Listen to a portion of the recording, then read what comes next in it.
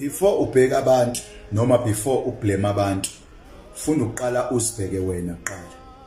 Yazi lithi iBhayibheli ubhekelani ucezwana esweni lomfowenu awuliboni nugongolo osesweni lakho.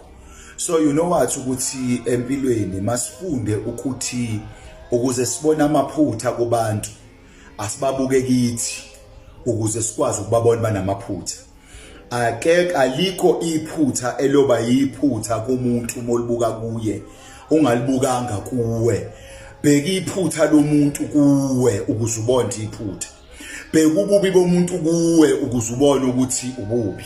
Sometimes uma kuphoqa ukuthi masisibheke thina qala kusenza ukuthi sikwazi ukubona ukuthi kunabantu abarongi. Kunabantu esibajajile sabashaya sathi babe sabona ububi kubona kanti ikhozi yobubi yithi. Ikhozi ukuthi babe babi thina.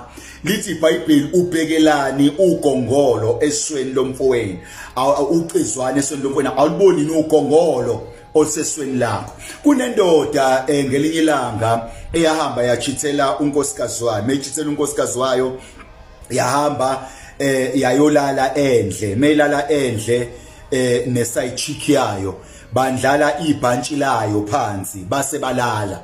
Mayifika ekhaya indoda fika shaya amakhala yanuka yathi kunuka amakaka la kunuka uthuvi la kanti ngalesikhathi bendlala ibhantshi bandlale phezulu kothuvu wenje.